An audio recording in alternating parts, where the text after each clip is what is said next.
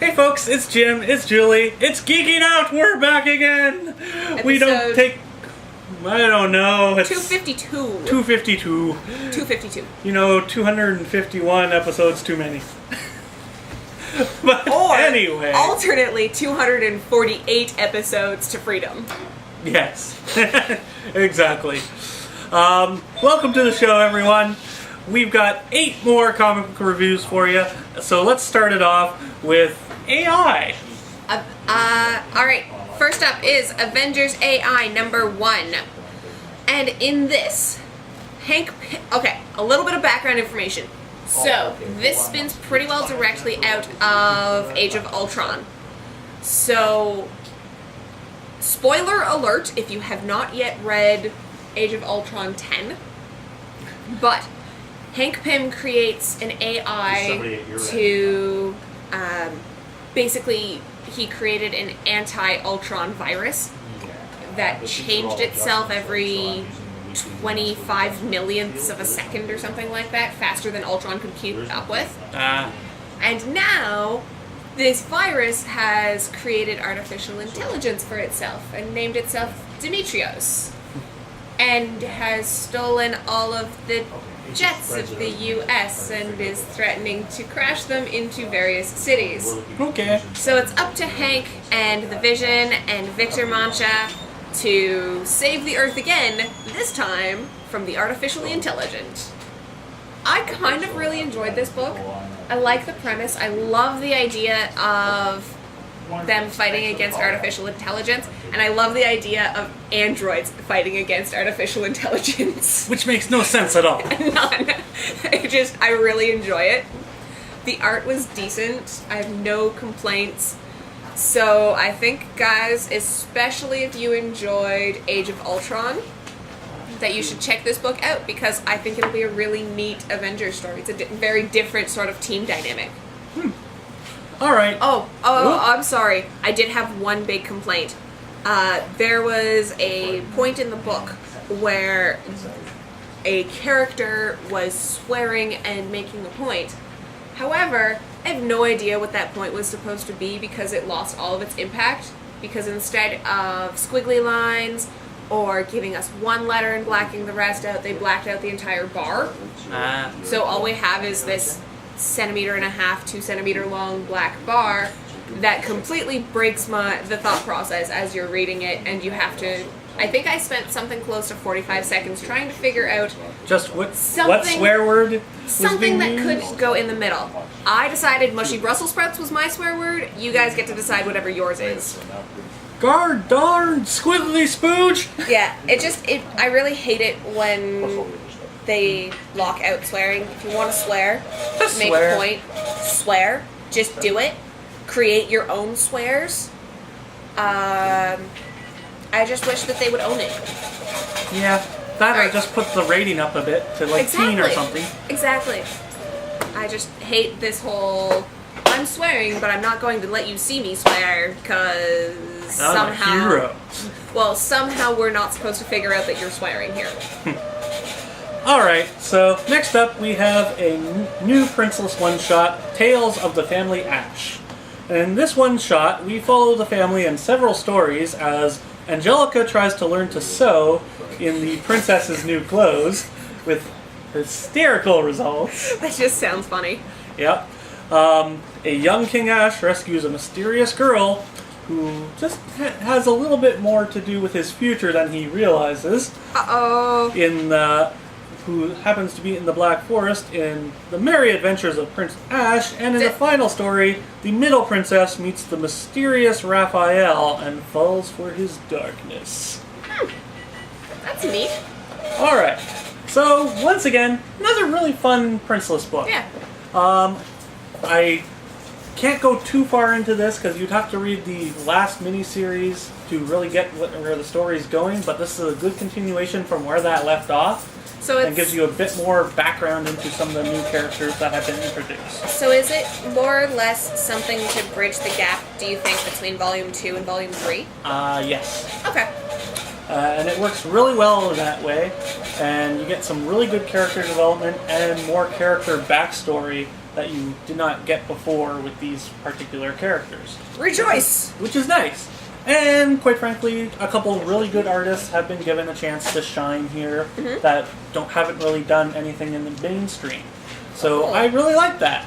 And these two girls that I know that drew these two of the main stories are fantastic artists and writers, and they really deserve the attention. So do yourself a favor, check this one out. It's a really bunch of fun. Wow, that's cool. Alright, next up for me is The Bounce number 1. And in this book... Wait, 1 second. It does not bounce at all. No, it fibs. Yep, it lies.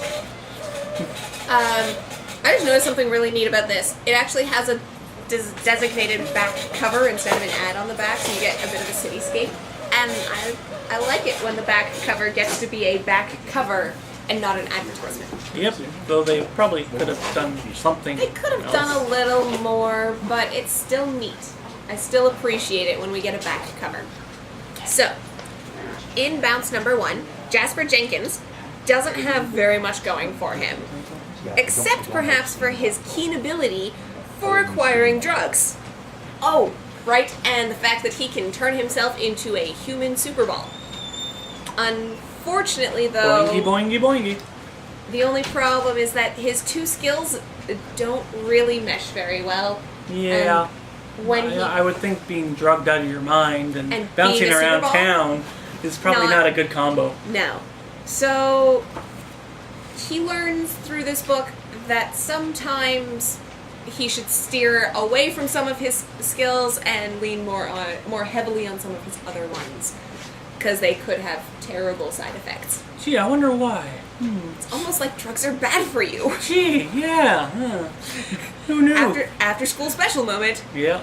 I am very intrigued by this book. I don't want to give away too much, but they go in a very different direction than what I was expecting. I can very much understand. This is actually the second printing. It sold out pretty well immediately. It's one of, I think it's ID. No, It's an an image. It's another really good image number 1. And we'll have a couple more next week as well. Yeah. So, I think, guys, that you should go out, try and find a copy of The Bounce, because I really enjoyed this book. I have no complaints about the art. It wasn't stellar, but it also wasn't bad. Yeah. It fit well. It fit nicely with the story. Though at points I did feel a little bit confused of where the art was going. Yes. And storyline wise, yeah. This story jumps around a lot. Yeah. I'd like to have a look at the second one. I feel like this is one of those books that after the second or third issue, it answers a lot of questions and brings the story cohesively together. Let's hope, anyway. But yeah, I think you guys should go out, give this one a chance, especially if you're looking for a new superhero comic. Maybe it will bounce back. Oh, how did I not have that one ready to go? Aha! One for me. Yep, point for Jim. Alright, so let's bring some of the 90s back, and here's Quantum and Woody number 1. Woo! Alright, and in this one, Eric and Woody Henderson are adopted brothers who have become estranged. But when their father is murdered, it leads them to a life-altering scientific accident. Uh-oh. And the perfect excuse to wear costumes and fight crime. Yes! And make really, really funny quips and have meta humor. Do you really need to have an excuse to wear silly costumes? No, not really, but when you have superpowers, I mean, it's kind of just a given. I guess. Alright, so, if you've never heard of Quantum and Woody before... Which I had not. Here's the thing about Quantum and Woody. They were Deadpool before Deadpool was Deadpool. Alright? There was just this really funny meta humor and fourth wall humor that was pervaded through the series originally. And when you say meta humor, I'm going to interrupt you. Okay. When you say meta humor, what are you talking about? I don't understand the term. Basically, scientific humor / humor that really goes at your face. Okay. And it really works here, just as the meta humor in Deadpool and the fourth wall breaking in Deadpool works. because this is pretty much where that all came from. Because it's fun to break the fourth wall. And they have a sidekick that is a goat. So you cannot go wrong. I had a lot of fun with this one. You must be kidding me about the goat. No, I'm not. Look. Kidding. Oh. There it is. Yes. Point for Julie. There you go. There, 1 point for you. We're tied.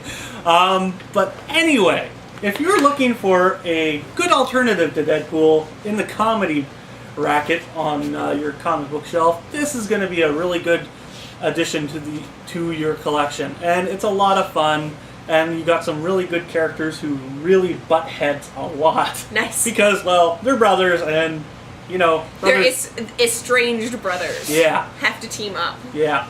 It can only be funny. Yeah. And it really, really works here. And you do feel a good amount of how the humor works and just how much they really don't like each other, yet they have to work together.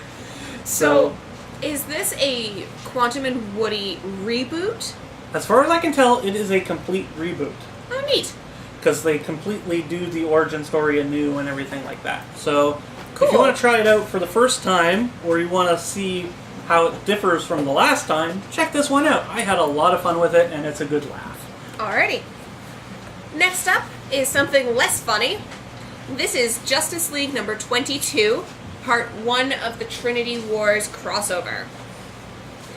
Brief thing about the Trinity Wars, its main titles It's going to be incredibly too long for its own good.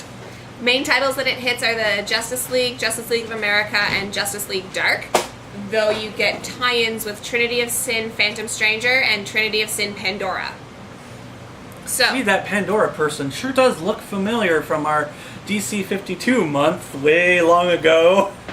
So in this one, there are a lot of stories going on at the same time. You're following about 6 or 7 different stories.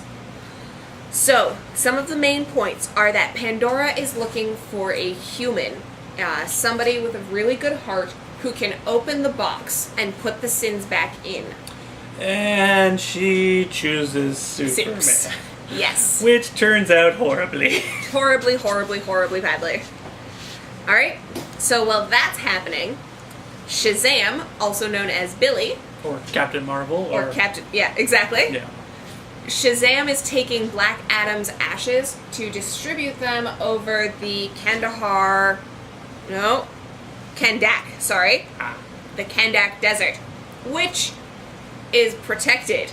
Superheroes and Americans are not allowed to enter Kandak. Of course not. And they take very poorly to it when Shazam enters. So, of course, the Justice League responds.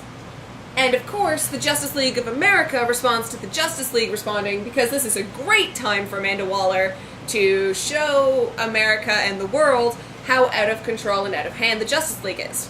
Oh boy. And then... And while all of this is going on... crap gets real. We're meeting Xanadu.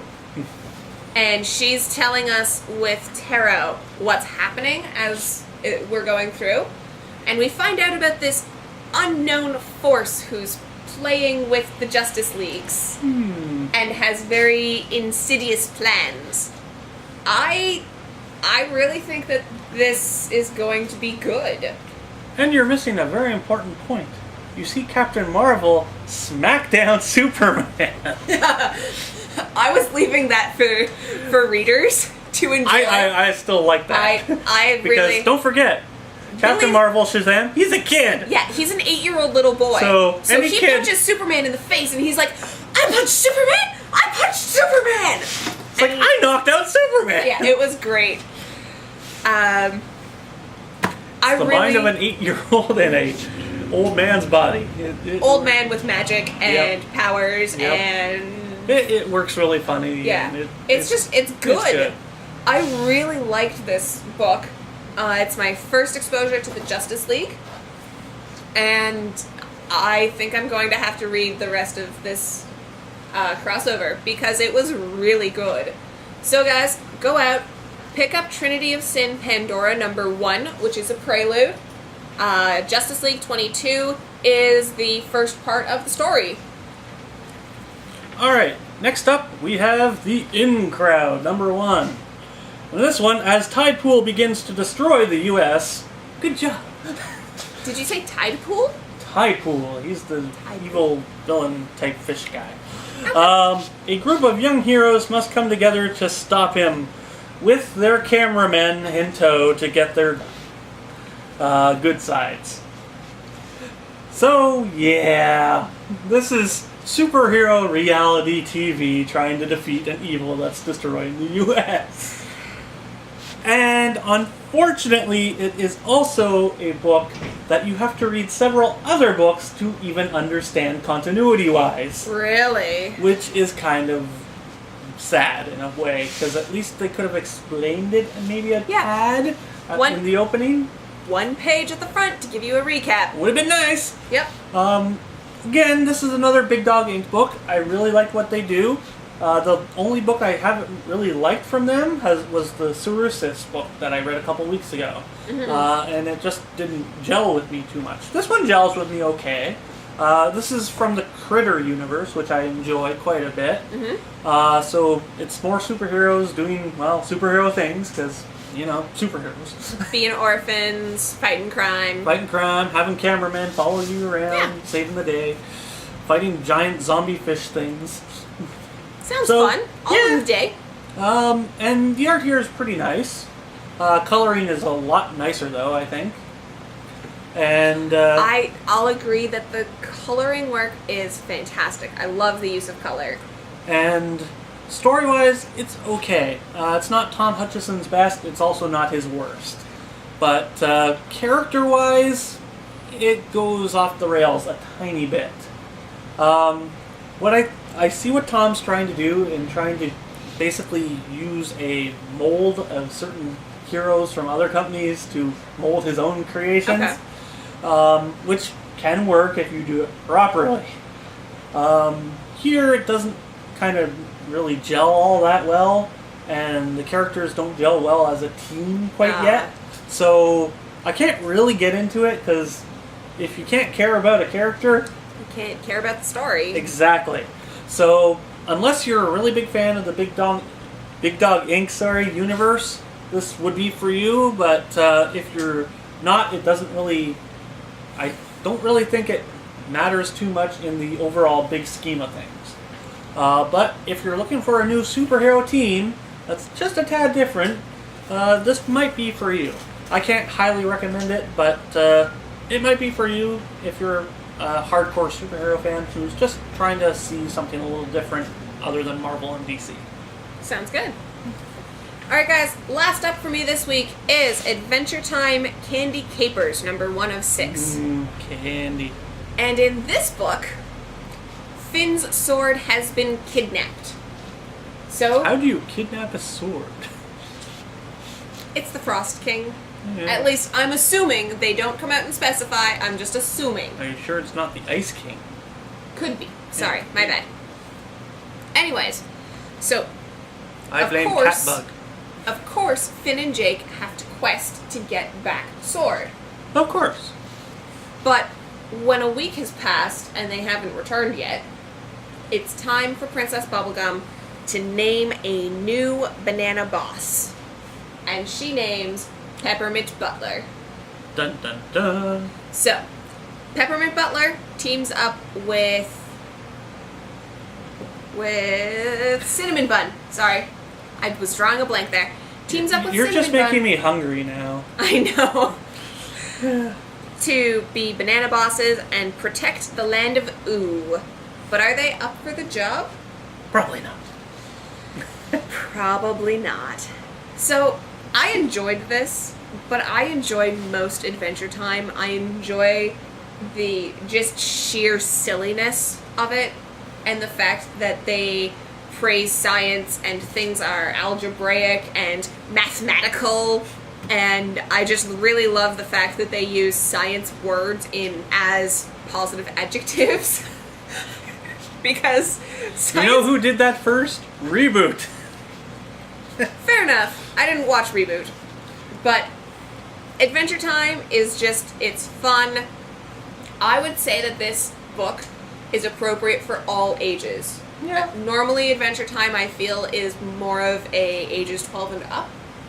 This one is super, super appropriate for all ages. So if you have a young one at home that's looking for something new to read, pick up Candy Capers, because it's fun, it's cute, and who doesn't love talking candy? We're going to the candy store after this. I just know it. Talking candies. I'm going to eat them. I can't blame And you. as I eat them, they will scream in my mouth. I'm never going to be able to eat candy again.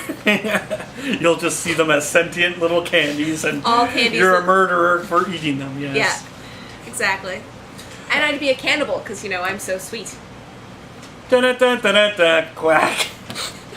Alright, so last up this week, we have Victorian Secret Girls of Steampunk Summer Special. And in this one, which features only one story by Rod Espinoza, the three sisters must face off with the desert dungeoneers to find a catacombs lost treasure in the edge of the empire, the Three Sisters.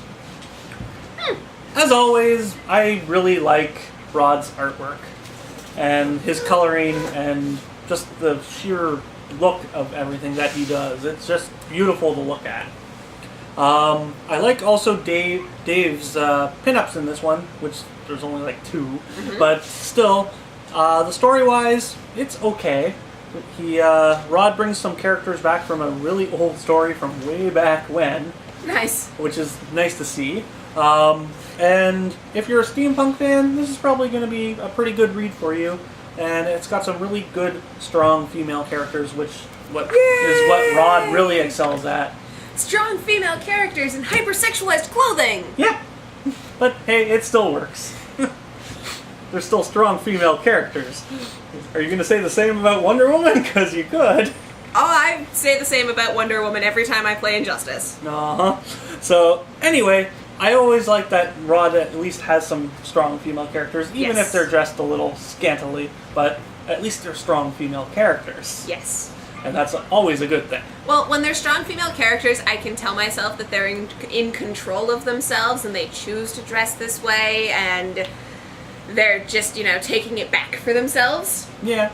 I can sort of lie to myself and pat it so that it's not so bad. It's when they're not strong female characters that... Yeah, which is very much a problem with DC lately. Which we won't go into on this show right now. Maybe for a special episode one day. But anyway, I still had a lot of fun with this, and it's always nice to see Rod doing some new stuff. So check this one out if you're a steampunk fan. I still had some fun with it. Alright, so that brings us to the close of another exciting episode. Yes. We are going to go off and get some candy. Yes. Which will probably scream in our mouth. But that's okay. That's okay. They're willing to make the sacrifice. Then tomorrow I'm going to go get first in line to go see Pacific Rim. And keep watching over the next few weeks, guys, because in the next couple of weeks I will be reviewing William Shakespeare's Star Wars. Forsooth. Yes. Verily. And other Shakespearean words. We'll see you next week.